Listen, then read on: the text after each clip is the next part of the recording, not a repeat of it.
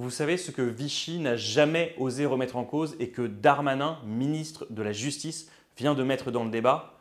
La suppression du droit du sol. Être français, ça ne peut pas être automatique. Et il ne l'a pas fait n'importe comment.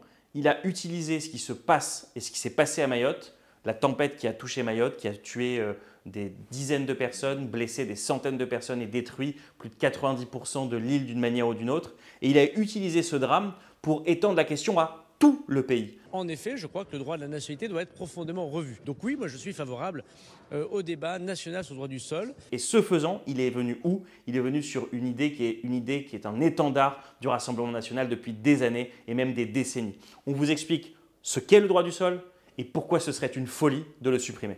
Le droit du sol, qu'est-ce que c'est? D'abord, il y a le double droit du sol. C'est le droit de ceux qui sont nés en France avec au moins un parent né en France. Pour eux, l'acquisition de la nationalité française se fait à la naissance par ce double droit du sol. Et c'est ensuite le droit de ceux qui sont nés en France avec deux parents étrangers d'accéder à la nationalité lors de leur majorité à 18 ans ou même avant s'ils en font la demande. Alors qu'est-ce que ça voudrait dire en fait remettre en cause le droit du sol et quelles conséquences ça aurait pour les Français?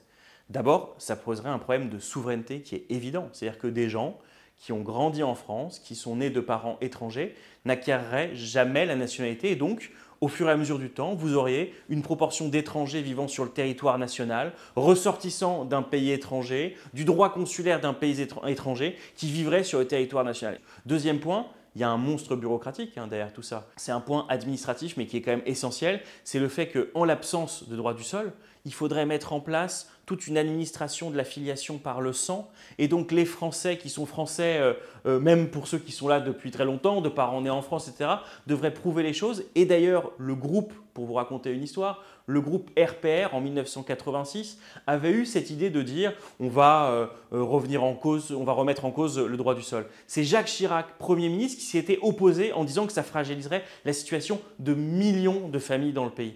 Et puis il y a quand même un enjeu philosophique derrière tout ça. Vous avez des enfants qui sont nés en France, qui ont été à l'école de la République, qui ont vécu ici, qui, pour ainsi dire, ne connaissent que ce pays. Et ils auraient le statut d'étrangers? Ils seraient étrangers dans leur propre pays? Mais c'est ça, en fait, quelque part, le projet dangereux dans lequel nous emmène progressivement la droite qui s'extrémise et l'extrême droite. Celui d'une nation ethnique, celui où l'idée d'une nation républicaine où, progressivement, on s'intègre par la naissance, puis par la vie dans le territoire national, disparaît complètement. C'est ça qui est aujourd'hui en cause et on ne doit pas laisser passer ce genre de violence faite contre la République.